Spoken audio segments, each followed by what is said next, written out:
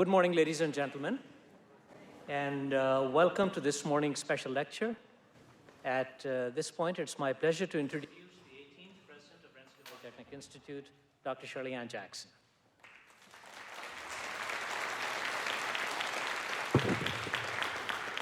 Well, good morning and welcome, everyone. It's delightful to see all of you here. And today we have the great pleasure of hearing a lecture by Dr. Kirk Johnson, who is the Sant Director of the Smithsonian National Museum of Natural History, which is the largest museum in the Smithsonian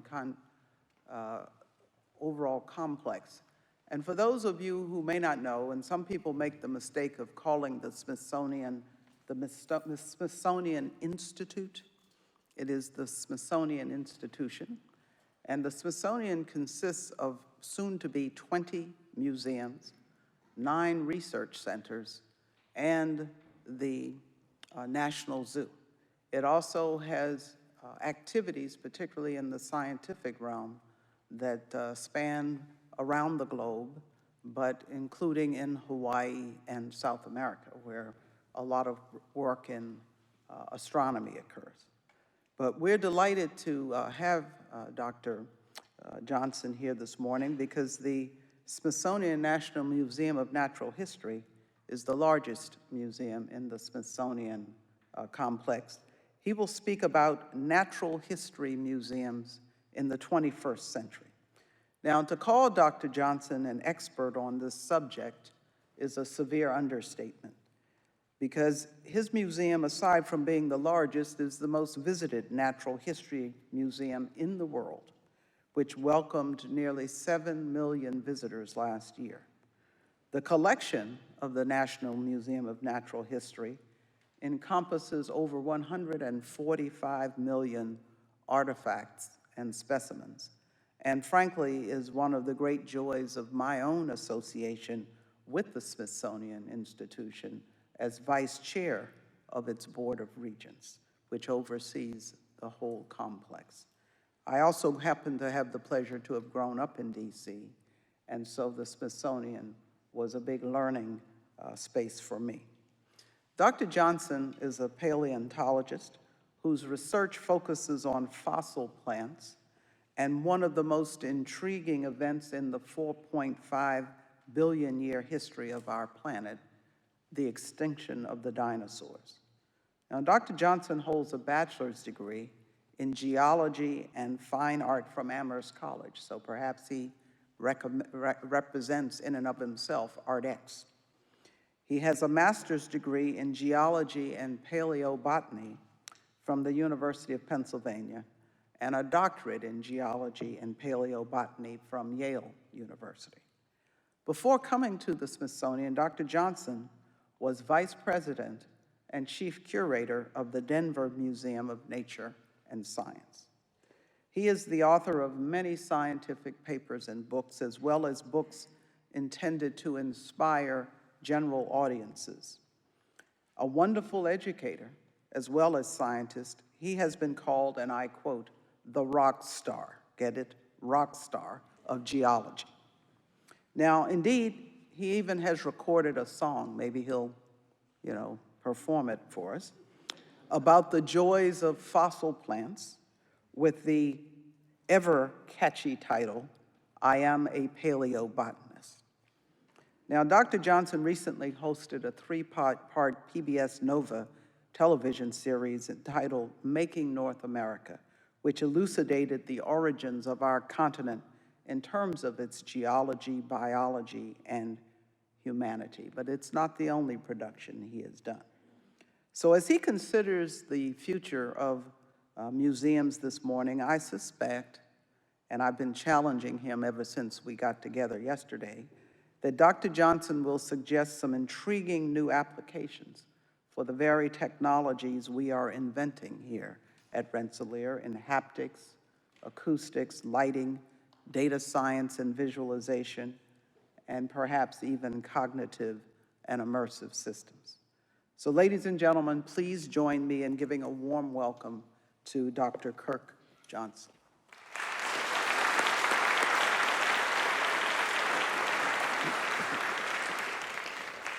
Thank you so much, Dr. Jackson. It's a real pleasure to be here at this amazing campus. I'm going to start this tale about museums with a little story about this guy. This is a guy named Burt Pierce, who was born in 1879 in Bristol, England. He was a shepherd, and he was hired by the guy he worked for to take a horse to Wyoming.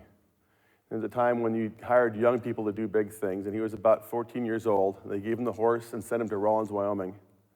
He took the horse to Wyoming. He came back to Bristol, walking down the street, and he saw the guy that had hired him, and he waved at him. But since that guy was a different class, he didn't wave back. So Burt saved up some money, and 2 years later, he went back to Wyoming and became a cowboy. And he lived in the area of southern Wyoming, which is where the Virginian was written in 1890. It was sort of the Old West, and as you know, the Old West kind of, the frontier ended about 1890, and Burt bought into a ranch in southern Wyoming.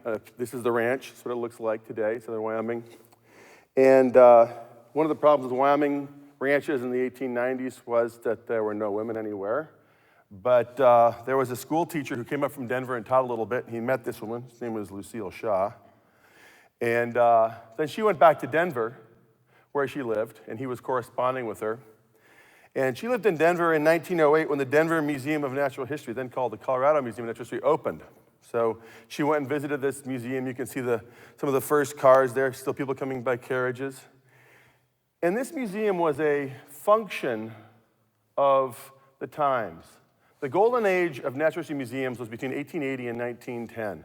That's when most of those big museums were built around the world and opened. It was a realization then that people were becoming more urbanized, that the natural world was in fact in threat. We think of conservation as a modern concept, but you remember that Teddy Roosevelt was thinking about things like Hetch Hetchy and Yosemite, and we just celebrated this year the 100th anniversary of the National Park Service.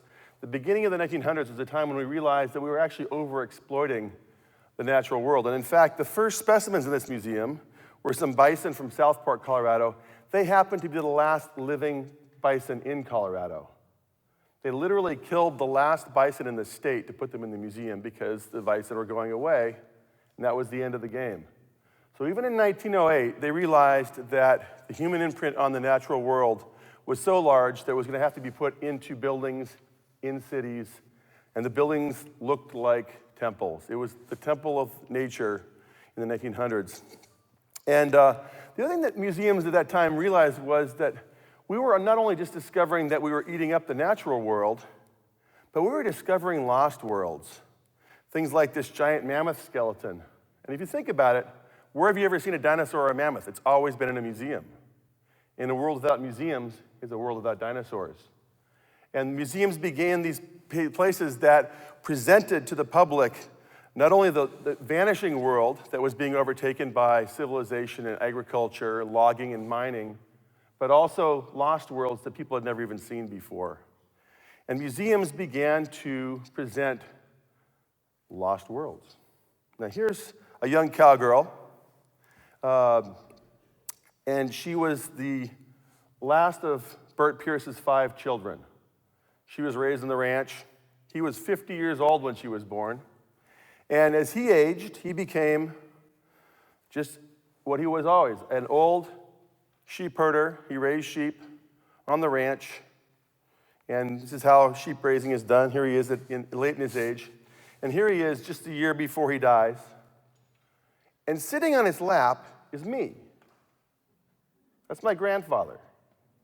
Now ponder this thought for a second. My grandfather was born in 1879.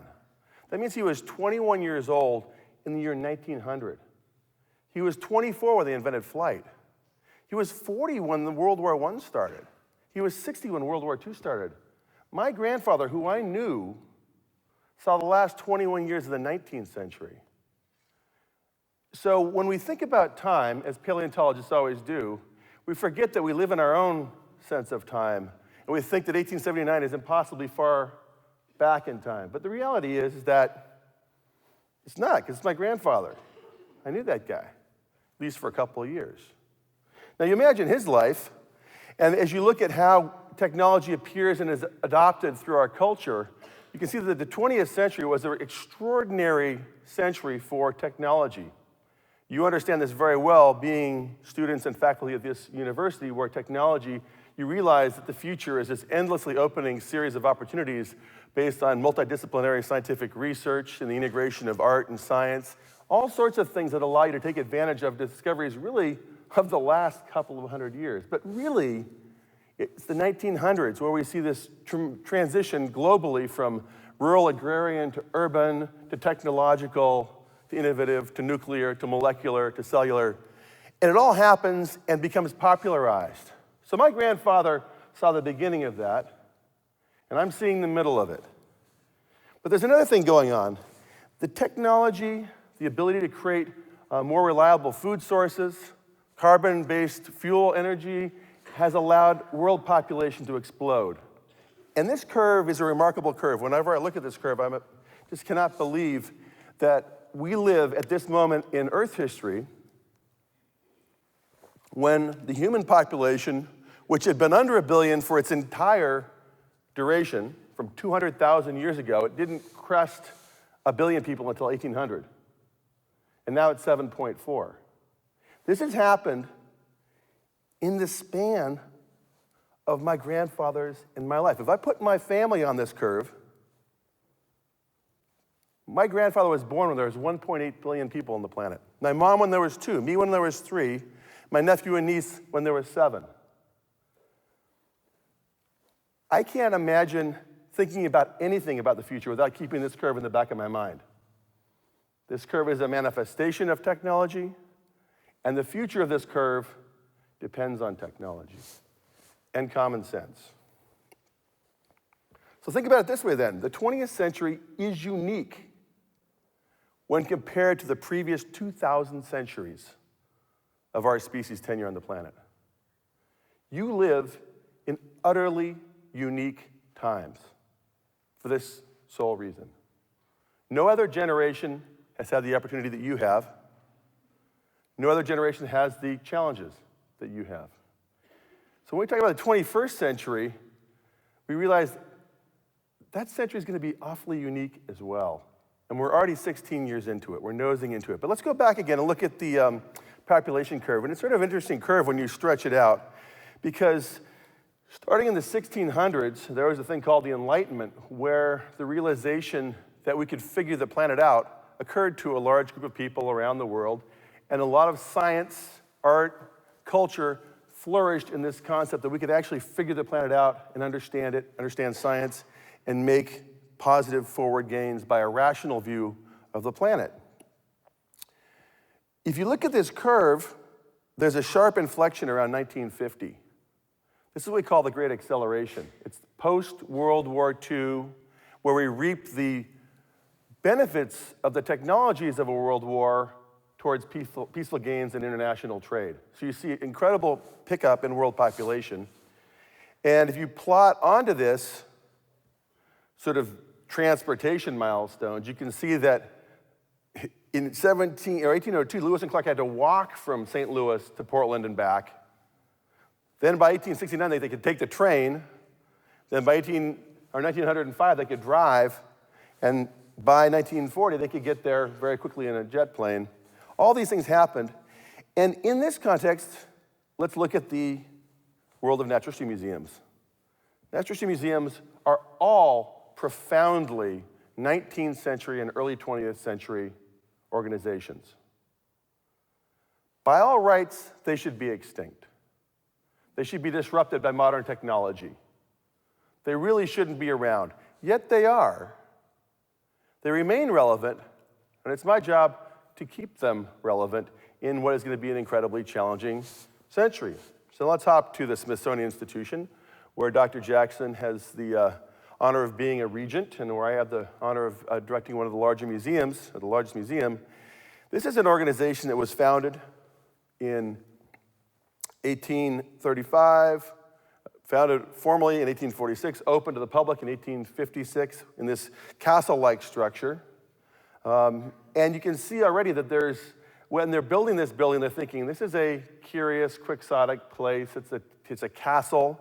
If you think about the Field Museum, which opened in 1893, it's a temple. Here's the Field Museum in Chicago. These are temples to the Enlightenment. They're temples to the concept that we can understand the natural world and humanity's place in the natural world using science, reason, logic, and field work. And by the 1890s, it was clear that these museums served three distinct functions. The first function was to gather the objects of the natural world. The second function was to study those objects, and the third function was to share them with the general public. The three stools of a natural history museum, or put simply, one aim was the collections and preservation. Another aim was scientific research and discovery. And the third aim was audience-facing, or put it this way, communication, new knowledge, and valued objects. That's with us today. Natural history museums are places that run with three parallel and intertwining missions. Most people don't know about two of those missions. Most people think of museums as a place where you go see stuff. They don't realize that behind the house is often much larger than the front of the house. They don't realize that scientists work at museums.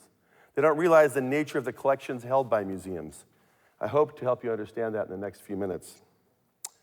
So, since my grandfather was a rancher in Wyoming, and my mom was a ranch girl, I got to go to the ranch a lot, and I started finding rocks when I was very young. I found my first fossil when I was a few years old. Here's a picture of me at age 5 selling rocks. My destiny as a geologist was sealed early in the game, and I never even thought about working at a university. I was going to work in a museum because that's where you put all the cool stuff that you find. And I spent my career at this museum. It's the Denver Museum of Nature and Science in Denver, Colorado. It's a big regional museum. It's the same museum I showed you before that opened in 1908 that my grandmother went to, but it's been expanded and expanded, so it doesn't look the same. The old building's actually in the middle of this building. And museums started to do something in the 19th century. They started to recreate nature inside the buildings. They would build these things called dioramas. And think about this diorama for a second. And if you do think about it for a second, you get sad because you realize that somebody went out and shot those animals to put them in that museum. And I've been through the museum with many small children. When that moment dawns on them, that beautiful bear, like, wait a minute, where'd that bear come from? And you have to admit that somebody went out and shot that bear. Now, why were they doing this? It's because in the 1890s and 1900s, people didn't have television. They didn't even really have good cameras. They certainly couldn't travel to places with any ease. Literally, museums are bringing the world to the cities. They're bringing natural spaces to the cities. And in so doing, they built hundreds and hundreds of dioramas. If you go to the American Museum of Natural History in New York City, which I'm sure many of you have been to, there are over 250 dioramas in that building, representing that museum's attempt to bring the world to New York City. Now, of course, we live in a different world now. Some of that world's gone. You can't bring it to the museums. But you can also go to those places. You can hop on a plane now and fly the Ngorongoro Crater and look at animals in the wild. You can watch a nature documentary and see natural animals in the wild. But in the 1900s, it was bringing the world to the city. Not only were they bringing the world, this is a diorama of walruses from the Bering Straits. I became really interested in, so what's the story behind this diorama? And it turns out that in 1920, the director of the museum went to the Bering Straits. He met a Yupik Eskimo who considers himself to be a walrus. The Siberian Yupiks that live on St. Lawrence Island actually believe themselves to be walruses. Their religion ties them to walruses. You can see that his, in fact, his coat has 2 ivory tusks sewn into it. And a lot of these Eskimos actually will wear an ivory plug in their lip, which is symptomatic of the ivory tusk. These are animals, these are animal people. They literally believe that they can transform into walruses and back. And when they go hunting walruses, they actually see the walruses as themselves. They have a number of rituals that allow them to go hunt the walruses. And in 1921, they went and hunted a walrus. And here's that walrus in 1921 that was in that diorama. But what you see there is not just the wildlife disappearing, but the culture is disappearing. The natural world has also 6,000 human languages. About 90% of them are going to be extinct by the end of this century because the cultures that use those languages have been homogenized by the urbanization and globalization of the planet. And natural history museums themselves collected not only natural history, but cultural history and ethnology and archaeology and anthropology. And so the museums also contain the records of human cultures as they faced this great turnover at the last century. And if you go to this same place, you'll see the grandchildren of that guy too, not the walrus, but the Eskimo. But he'll be driving skidoos and using outboard motors and wearing Western clothing and still hunting walrus. But that cultural transition is happening very rapidly as it started 100 years ago on our campus. Now, when I started thinking about dioramas, I realized that the dioramas are kind of interesting because they're actually based on specific places. And they were artistically built. And in the Denver Museum, we had 25 from Colorado. So I set about trying to relocate those actual places. What did the place look like that they used to make that diorama? And it was a bit hard because they didn't keep very good records, but we found some of them. Here above is a diorama below the place.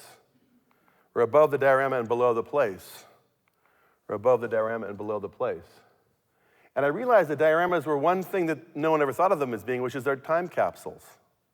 They're samples of a lost world. They're samples of a world as it was in 1920 or 1890 or 1933 when those dioramas were built and captured. And accidentally, museums had taken samples of the earth and plunked them in buildings and cities. So it gets us to this whole issue of how do people use museums now? It's different than it was in 1900 and 1930, 1950. Go to any museum and you'll see an incredibly diverse audience pouring into the building, multi-generational. It's hard to imagine building something that will appeal to a 2-year-old and an 80-year-old and a college student. And in fact, museums tend not to appeal to college students. They're highly popular until you turn 18, then you forget about them and you go back when you're 40. We often say you go when you're a kid, you go when you're a parent, and you go when you're a grandparent. But for whatever reason, college students are busy doing other things like going to college, and they don't go to museums in the numbers that we would expect. There's a dip in that demographic.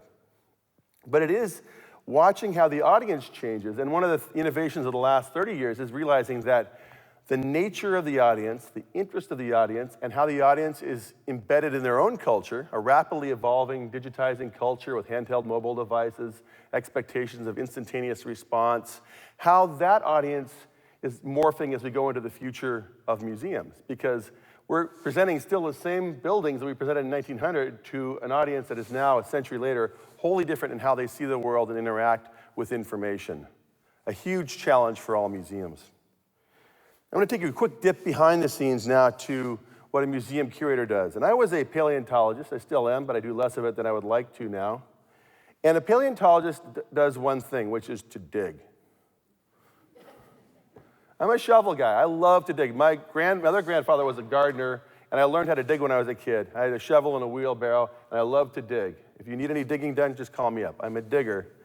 And when you're a digger, that's how you find amazing things from the past. And I dig into the earth and I find fossils. Here's just a typical fossil site from western Wyoming showing you fossilized leaves from 47 million years ago from a forest that is now a desert.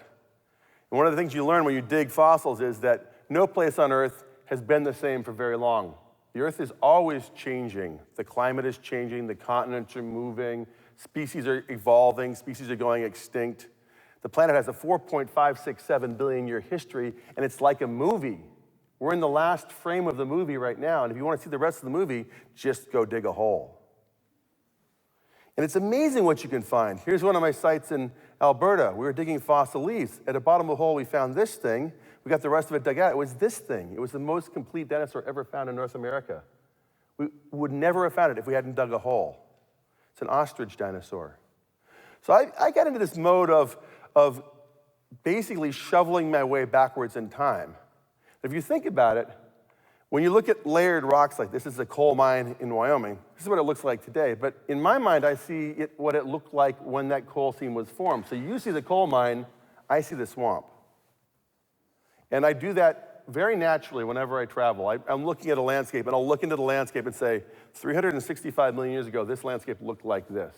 Because anywhere you are on the surface of the earth, the rocks at the surface are of a certain age. All I have to do is deduce what that place looked like when those rocks were the surface.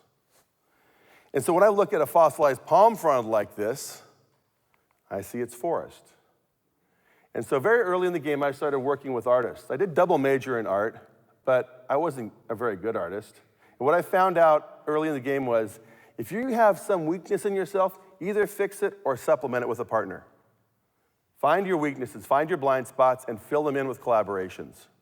And starting early in the game, I started collaborating with artists because I'm not a great artist, but I can spot one when I see one, and I collaborate with great artists. And with a series of about 25 different artists, I spent the next 20 years building and reconstructing lost worlds based on the fossils of specific sites.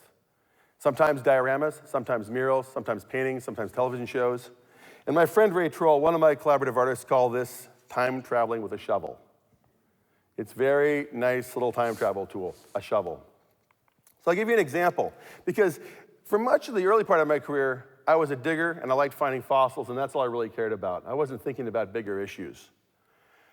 But then something happened that made me realize that my obscure field of paleobotany actually was relevant to today. And I was actually startled to have that realization dawn upon me at one point in about 1998. And it comes down to the fact that if we look at the planet today, you've seen a diagram of the planet like this. The planet is basically cold at the ends and warm in the middle. No surprise there. The sun comes down at pretty right angles onto the equator. It's a much warmer place than the poles. In fact, minus 30 degrees centigrade is the mean annual temperature of the poles, and plus 30 centigrade is the mean annual temperature at the equator. It's a big difference between poles and equators. That's why we tend to live at mid-latitudes and avoid the really cold places and the really hot places. But what we learn from Earth history is the planet has not always been this way. There have been times when the Earth has been much warmer and times when it's been much colder. In fact, there are two major states on our planet. One we call Icehouse Earth, and in Icehouse Earth, there's ice sheets at the poles. And one called Greenhouse Earth. And during Greenhouse Earth time, there are no ice sheets at all, and the poles are forested. We would never have known about Greenhouse Earth were it not for the fossil record. We know about Icehouse Earth because we live in Icehouse Earth right now. If you look at a diagram showing time, this is the last 600 million years, from 600 to the present, notice the blue shows times when there are ice at the poles, and the size, the vertical size of those bars shows you to the latitude to which the ice descends. So as you know, Lake George, home of your Jefferson Project, is a big scoop that was made by a big sheet of ice that was here 18,000 years ago. So the ice was right down here in Albany. In fact, it went all the way to New York City and made Long Island as a moraine of ice. So you can see that there are times when the ice comes and it goes to mid-latitudes, and there are vast stretches of time when there's no ice at all. In fact, if you look at that curve, about 85% of Earth history, there is no ice at the poles. Think about that for a second. It's not a world you're familiar with. That's the greenhouse world. None of us have ever seen it. The last time there was greenhouse world was 34 million years ago. It's a time of the past. Within the ice house, there are two conditions: ice up north and ice down on top of your cities. So we live in an interglacial period right now. The ice is up on Greenland. And if you were to go to Greenland, today you'd see ice sheets. Or you go up to Ellesmere Island, which is one of my favorite places on the planet, right up there. That's Ellesmere. If you go to Ellesmere, it's like going back in time 18,000 years ago to Troy, New York, and it looks like this: a huge sheet of ice. This cliff is 400 feet high right here. The ice is 5,000 feet thick. That was Troy 18,000 years ago. And here's what it looked like then. This university would have been under some trying circumstances 18,000 years ago. Or to use a scale, downtown Seattle, have you been to Seattle, is a Space Needle. It's 600 feet thick. 18,000 years ago, there's 3,000 feet on top of Seattle. Puget Sound was scraped out by a sheet of ice. Why everybody doesn't know this is amazing to me. This is one of the most incredible things. I mean, 18,000 years is not that long ago. It's like 4 times the age of the pyramids. It's recent history by any standards. And, you know, it's just one of those things that geologists know but don't do a good job of explaining. And that was that way until I had my Ice Age moment. My Ice Age moment happened on October 14th, 2010. I was sitting in my office, and I got a phone call from a guy who said, hey, bulldozer operator in Snowmass Village discovered something interesting. And Snowmass Village is a ski area in Colorado. It's 8 miles from Aspen, Colorado. Many of you have probably skied there. There's a ski area. There's a little town. And in Snowmass, there's a little tiny lake right there. It's called Ziegler Reservoir. 12-acre lake.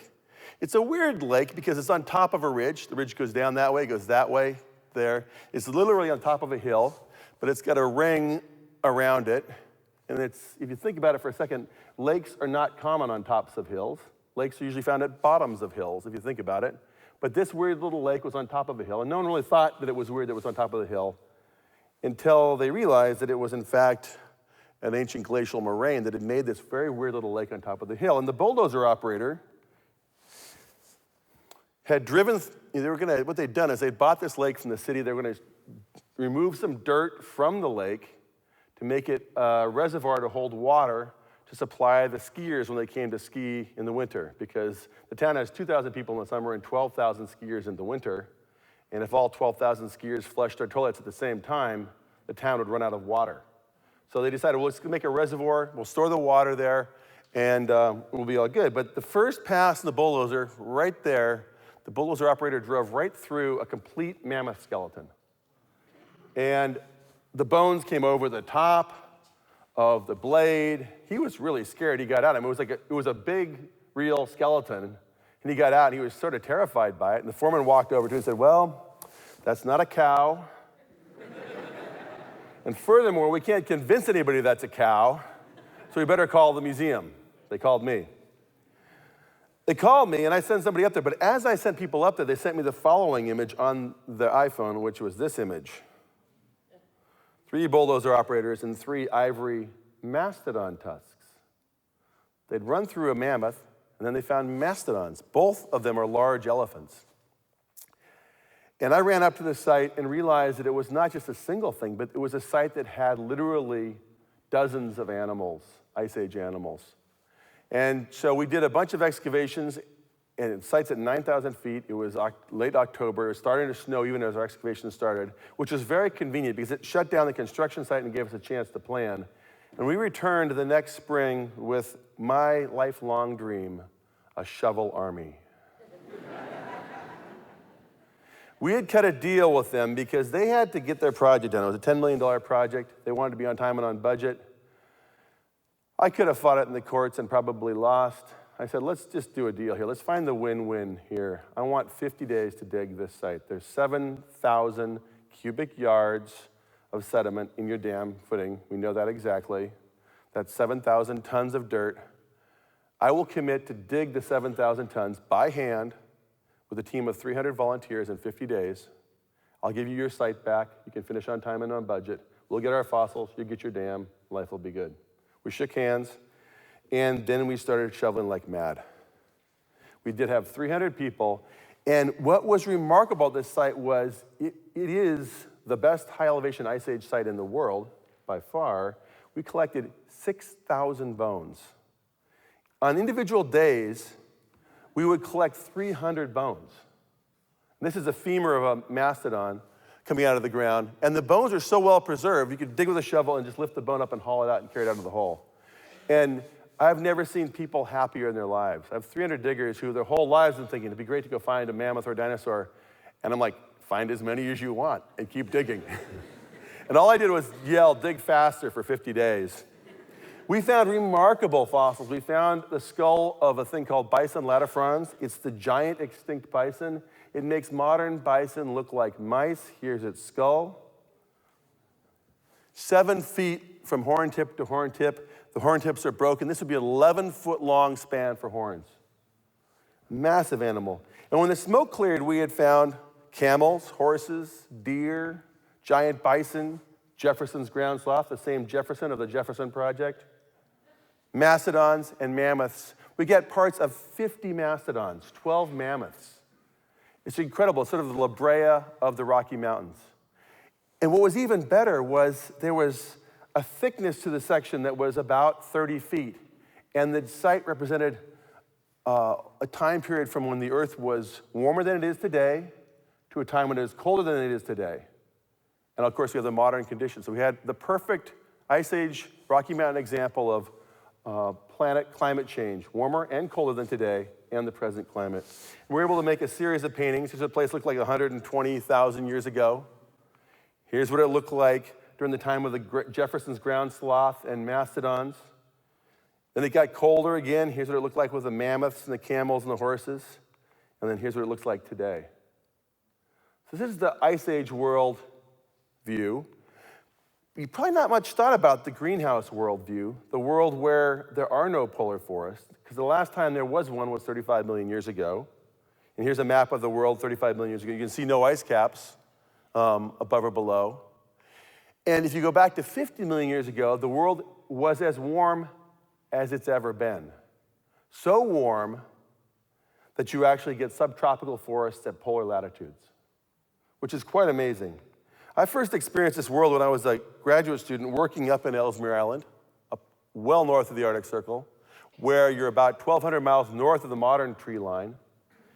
And we flew around this island that is the size of England, which has 200 people living on it, and landed at these immense coal seams that have these rocks tumbling out. If you crawl up to those rocks, they're actually fossilized tree stumps. And if you walk around, you find fossilized forests.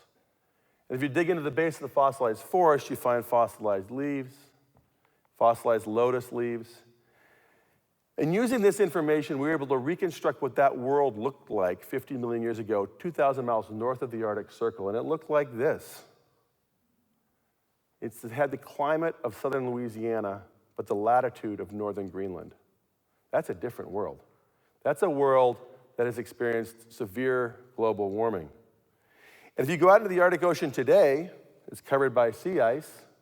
If you drill down to the bottom of the Arctic Ocean and drill into the seafloor at the bottom of the Arctic Ocean, you can pull up cores of what was living in the Arctic Ocean 50 million years ago. When you do pull up those cores, instead of finding marine organisms and marine plankton, you find freshwater organisms, including the freshwater fern called azolla.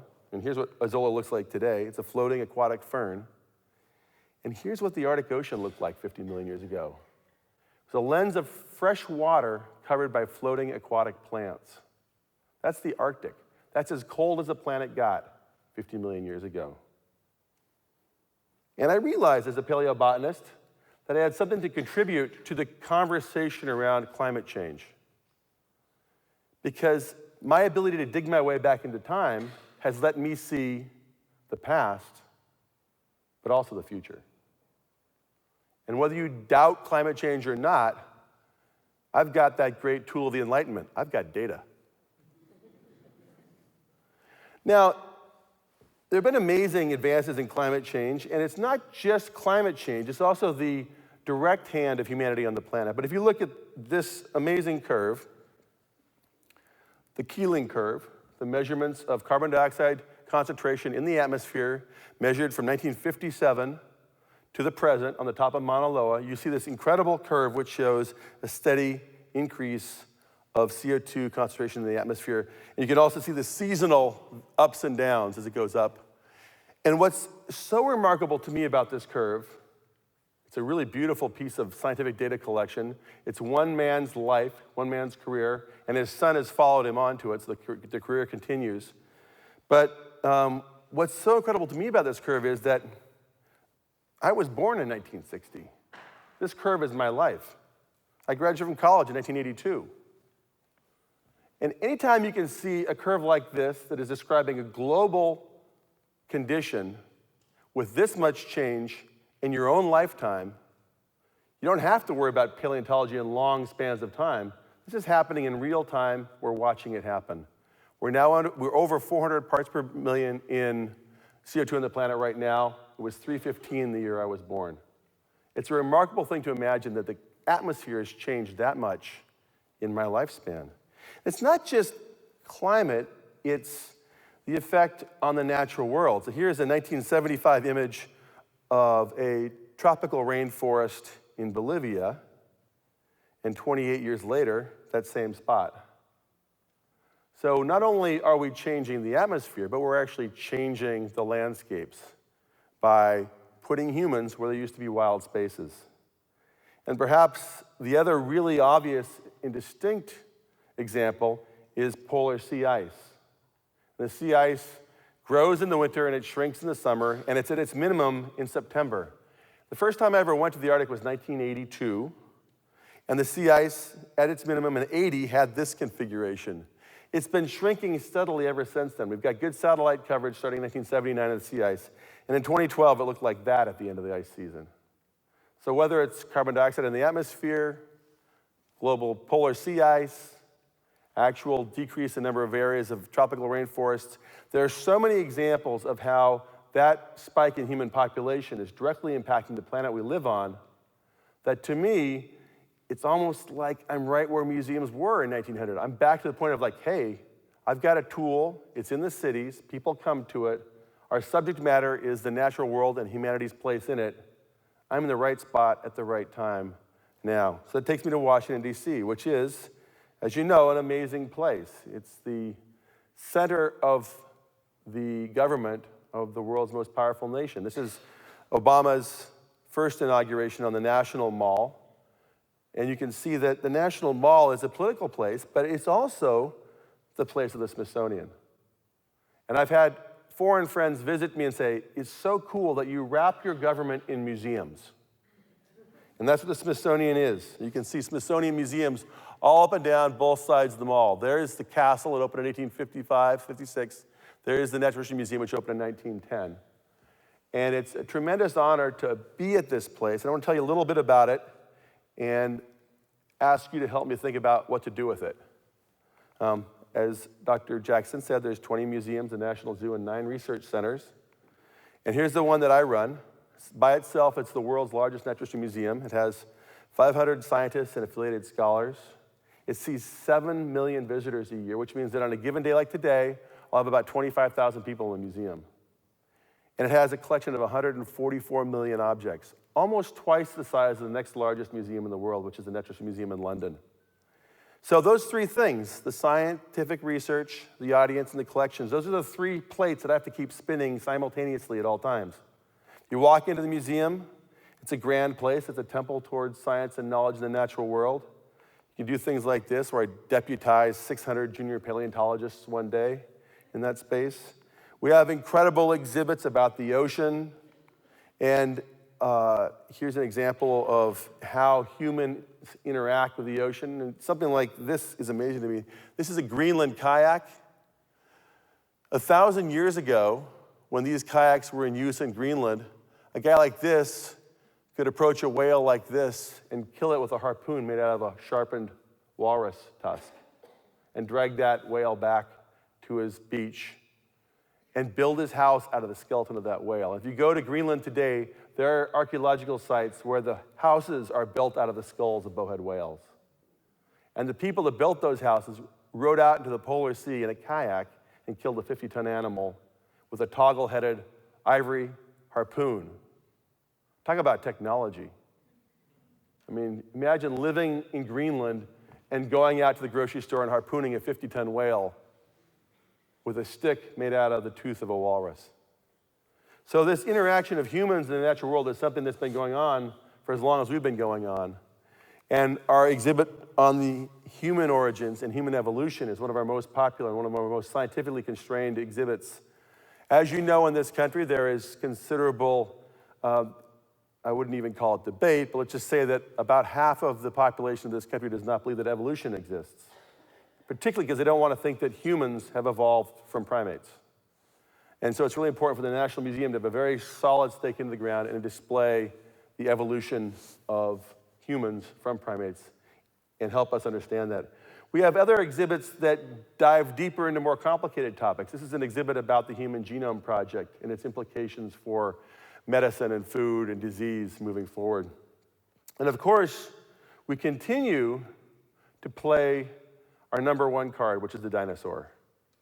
Because for reasons we do not understand, tiny children love dinosaurs. I mean, really tiny children, like 2-year-olds love dinosaurs. 4-year-olds know all the dinosaurs.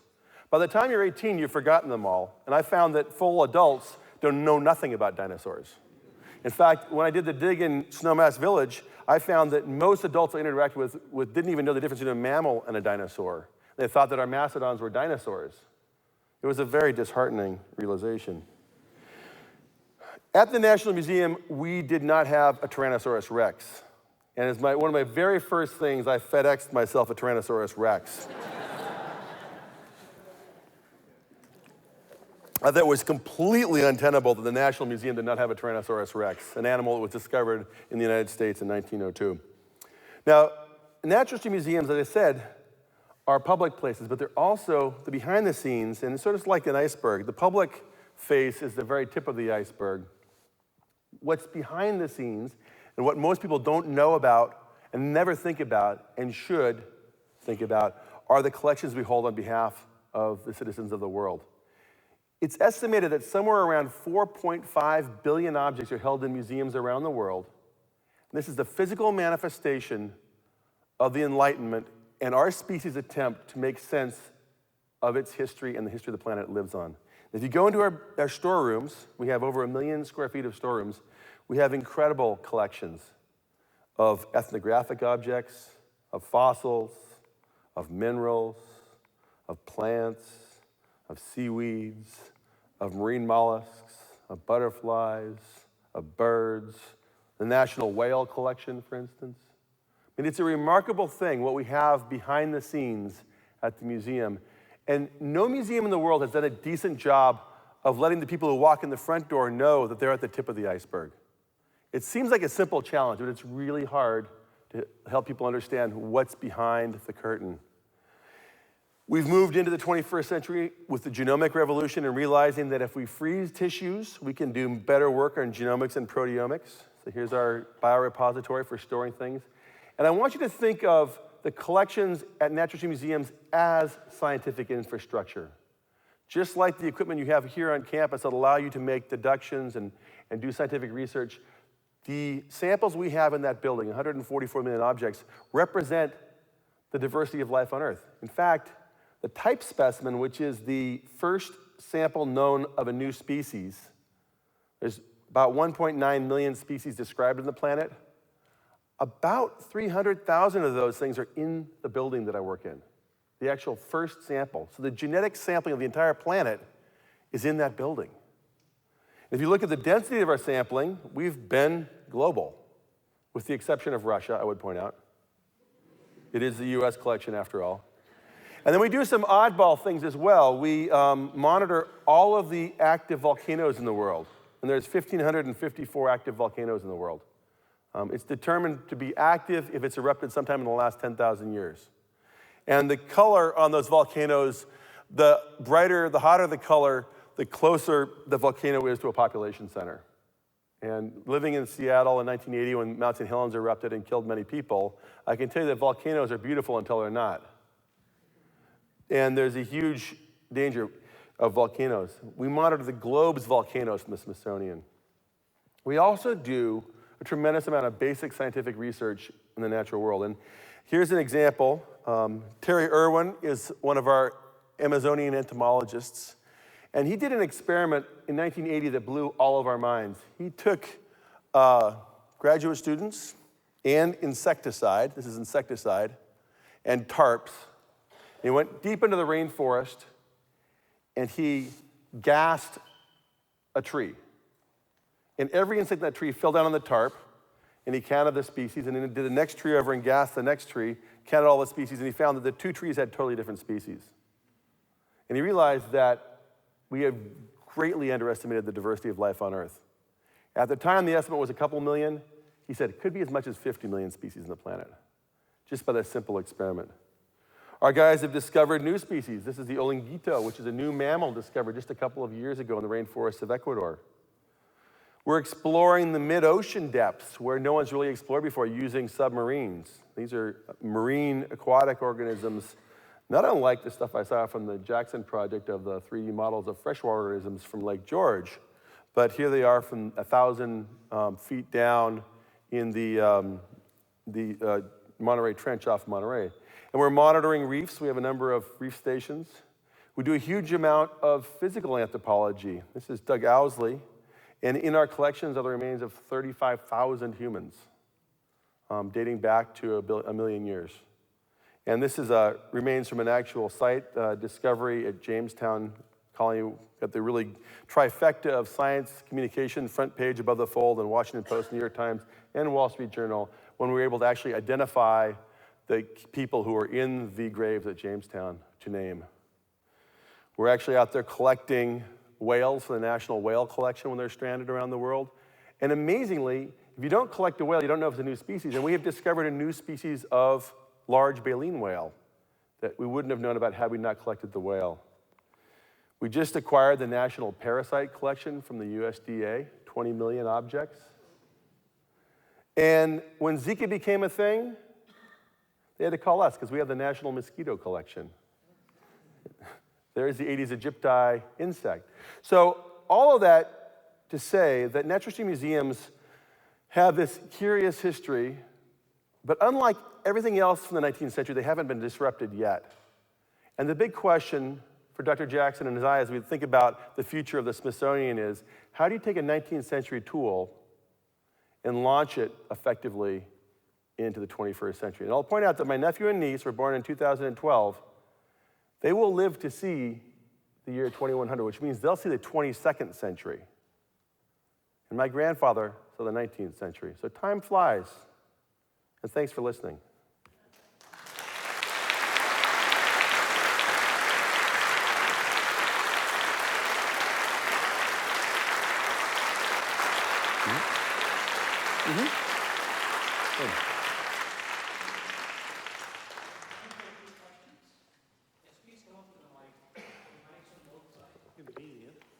Do you have any estimates of the concentration of carbon dioxide in the atmosphere over the last, say, billion years? Yeah, we do. The question, you heard the question about carbon dioxide in the atmosphere. We have a very good record for the last 800,000 years because the core in Antarctica actually has preserved bubbles of atmosphere, so you can measure it directly. Older than 800,000 years, you have to use a variety of proxies which have larger error bars. And your error bars also grow both in terms of the plus or minus on the concentration, but also on the time themselves. So as you go back in time, your error bars get larger and larger. And it's one of the big questions in science is, what is the carbon dioxide curve going back through time? It does appear in a general sense that in times of greenhouse Earth, you have proxies telling you that the carbon dioxide is higher than the present by quite a bit. But what we don't really know is the sensitivity of Earth's climate to the concentration of carbon dioxide. That's a really big question.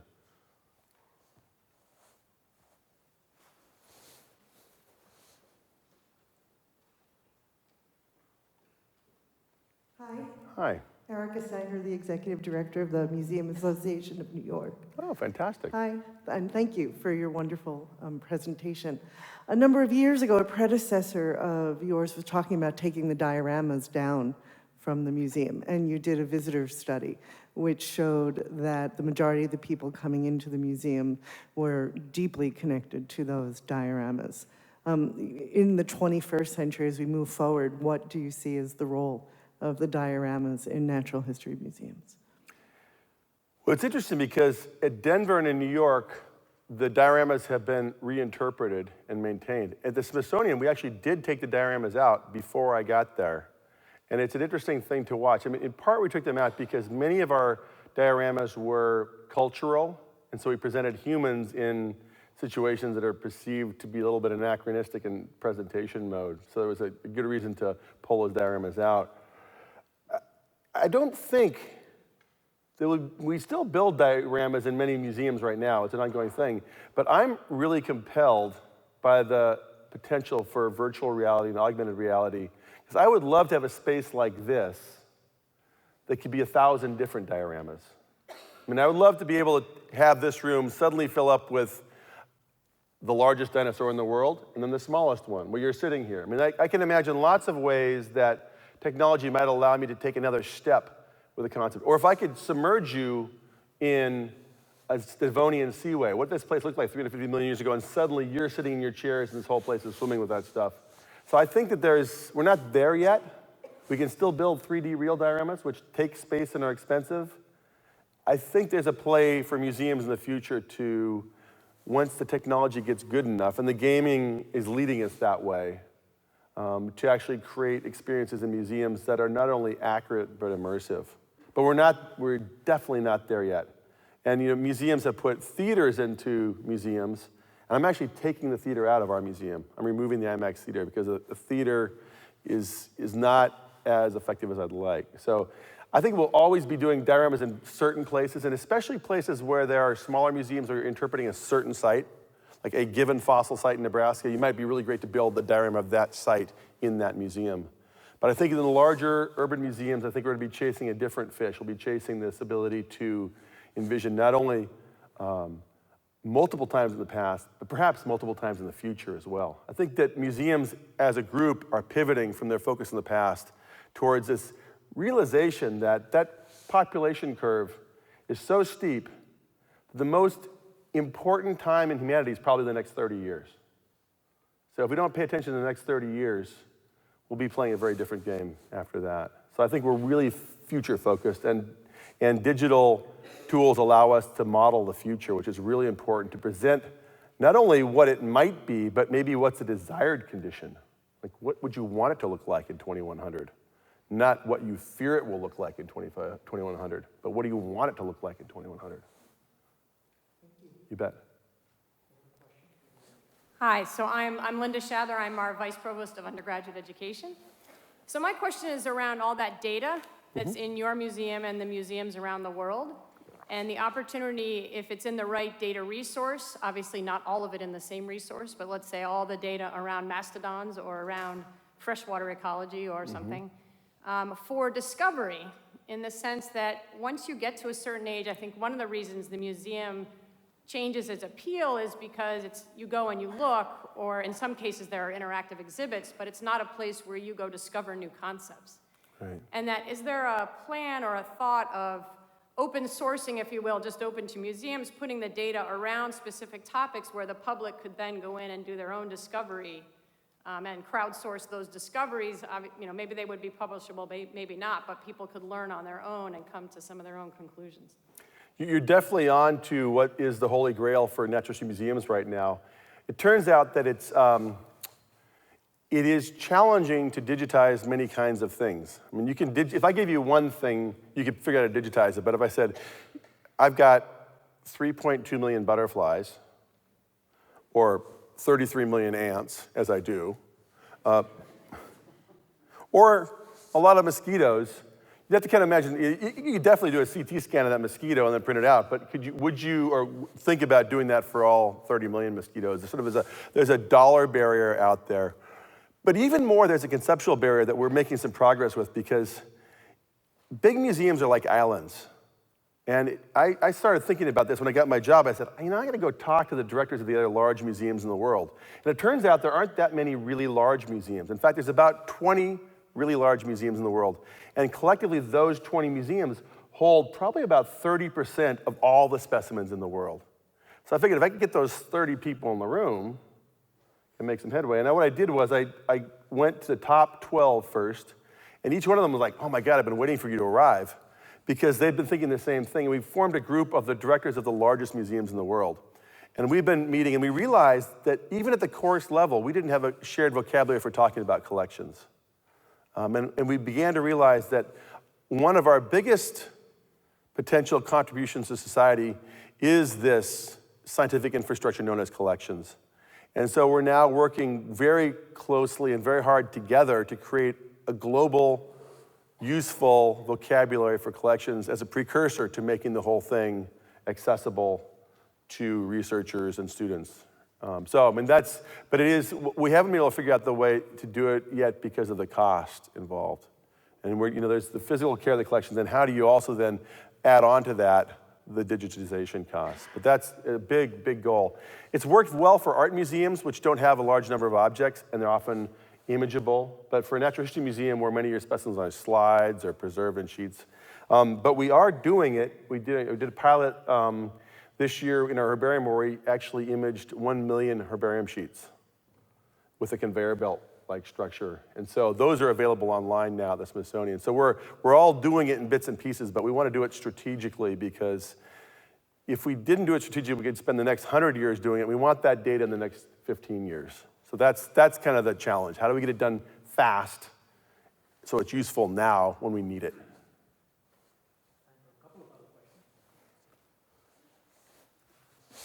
Hello, my name is Michael Gardner. I'm a senior at RPI. I'm majoring in computer systems engineering and computer science. My question's of a similar note to the previous one. With the advent of the internet, we've had a lowering of barrier of education, such as videos of different tutorials on different things in mathematics and science and so on. I was wondering if the Smithsonian Institution has done anything to lower the barrier to exposure to the things that are housed in the museum for people who cannot get to the museums. Yeah, I mean, the Smithsonian is a interesting beast, and we've done a number of very focused things. We did a 3D digitization initiative where we went around and tried to figure out how to 3D digitize the most difficult object in each of the collections. So we digitized the Revolutionary War gunship, and we digitized a Chesapeake blue crab, we digitized a mammoth skeleton. So we're trying to do proof of concept that it would be possible to do that. But it kind of gets back to the same question of when you have 144 million objects, just quickly do the math. If it's $10 an object, suddenly you're not doing anything else for the next couple of years. So it's a challenge of, and I'd love any insights that smart people working at polytechnical kind of institutes have about how we might surge forward on that front. Because right now, we operate with the budgets we have, which we use almost entirely to care for the objects we have, not to make them available. And somehow we have to jump that divide nimbly, whether it's partnerships with large organizations like Google. We do have some very large initiatives, like the Encyclopedia of Life, which is a website which has a page for every species on the planet. So we've done a number of the basic infrastructural things, but to make it truly useful, we're not quite there yet. And also, we haven't been able to truly identify the user communities. And I know the user communities sometimes come once you have the resource in place, but it's a little bit chicken or the egg. Again, I'm open for advice and thoughts. Thank you. Thanks. Hi, I'm Taylor. I'm a Games and Simulation Arts and Sciences senior at RPI.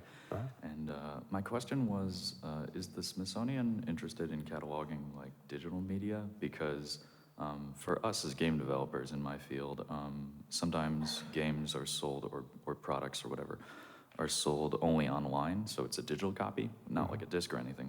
But then in the future, when the stores change their catalogs and stuff, sometimes games are actually lost to the public. If we can't buy it anymore, then no one can play it.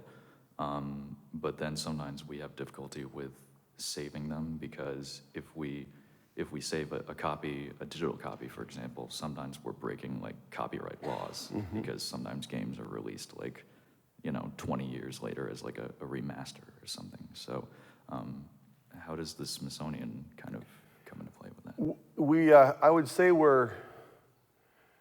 museums in general are not on the cutting or bleeding edge of technology. And if you think about it, as we digitize our collections, we've created digital proxies for our collections, which we have to figure out how to archive those objects as digital objects, or recordings, for instance. A lot of our data comes in the form of field-collected video or sound recordings. And we have this term called archiving, which in the world of museums means a very specific thing. It means you're going to keep something so you can keep it in perpetuity, which means forever. And so we've done a pretty good job of archiving paper records, but the archiving of digital records, either our own proxies for our own things or things like you're talking about, it sits out there as a very big challenge for museums. It's like, not only do you have to digitize it, but you have to figure out how to maintain those digital assets in perpetuity in the same way that you're maintaining your dinosaur skeletons and your pickled whales and your pickled giant gorillas in perpetuity. Again, you guys have the answer. I don't. Please tell me. Well, I don't want to take up the time, but actually your question relates more to one that we could direct to the Director of the National Archives, because that is the organization that has to worry about how you actually media and what the standard should be and how would you re-access something that's been archived. So maybe the next time we'll have the Director of the National Archives. Please tell them. Hello, my name is Douglas. I'm an undergraduate biomedical engineering student here. I was fascinated to hear about the phenomenon you mentioned, the Yupik of St. Lawrence Island as walruses. I was curious as to whether you're familiar with other instances or similar phenomena in culture, and whether such a identity concept or related rituals could hold out a promise of perhaps moving society from a currently very anthropocentric worldview to perhaps a more biocentric worldview, and entail perhaps more coexistence aligned worldviews of animals, and what other thoughts or information you might have on this topic. That's a really beautiful question, actually. And it turns out that many cultures that are hunting cultures have a strong affinity with and origin myths tied to the animals that they hunt. And when we opened the National Museum of the American Indian in 2004 in Washington, D.C., we had a procession of 25,000 Native Americans that opened the museum. And that's the largest assembly of Native Americans I think has ever existed. It was on the Mall in Washington, D.C. And many of those cultures have this connection to the natural world that I think is really important. And one of the hopes of that museum was to daylight the fact that Indians still live. And that was one of the great misconceptions, is that Indians have gone extinct. But in fact, there are people all across the nation who are native peoples and native nations. And to bring the perceptions and perspectives of those people to the public through that museum context, I think it's a really important thing. We have my museum has a satellite facility in Anchorage, Alaska, where we've taken much of our collections and put them on display there, because so many of the Alaskan Native peoples never make it to Washington, D.C., but make it to Anchorage for their health care. And so much of their ethnographic stuff, which we collected in the 1890s and 1910s, is gone from their villages because we collected it, which is really sad and ironic. But by taking that back to them, we're reconnecting those cultures with their own heritage. And that's been a really positive feedback loop for us in terms of engaging the young people in those communities with the material culture of literally their grandparents. It's been one of the most heartwarming things I've done, is actually provided access to people's patrimony in the national collections. Thank you. Let's take one last question there, and I just want to let the audience know that we have a reception outside, and there'll be an opportunity to interact with Dr. Johnson. Hi, thanks. I had the great fortune of going to Thermopolis, Wyoming this summer and seeing the dinosaur museum there. And here in the Capital District, I am part of an effort with the state and some nonprofits to develop a geology exhibit up at Thatcher State Park, which is one of this region's great geological resources. You know, it's great paleontology, stratigraphy, and very important to the study of geology. And it strikes me that those places have the great advantage of putting the visitor in the place where it happened, right? Where you can really have a direct experience. You can walk outside these museums and see exactly what they're interpreting. They don't get the same numbers, obviously, they do in the cities. And have you thought at all about connections sort of between your city institutions that attract so many people and these regional direct experiences? And I'm not an expert in this field, but I'm just wondering whether that's been thought about in terms of the ability to create greater cohesion and synergies. Yeah, you know, I was in Thermopolis, Wyoming 2 days ago by coincidence. But much of what I do for my own personal outreach is through my TV shows and books are all about traveling to places, because through the television media you can take people to those places, and really it's a way of helping people inform that they're easy to go to and they're really amazing when you get there. Museums have been trying for years to be portals to the natural world, which they are intellectually, but very few museums have been successful in actually being portals, like come to my museum in Albany and then you'll go to somewhere else. So I do think that it's other media, and this is a place where digital field guides or as broadband becomes more distributed and useful, having digital guides. One of the challenges right now is when you drive across the American West, if you have AT&T, you lose cell coverage in St. Louis and don't pick it back up until you get to Seattle. So, I mean, we are pretty much, there's sort of much like a no digital zone in the American West where all those amazing exposures are.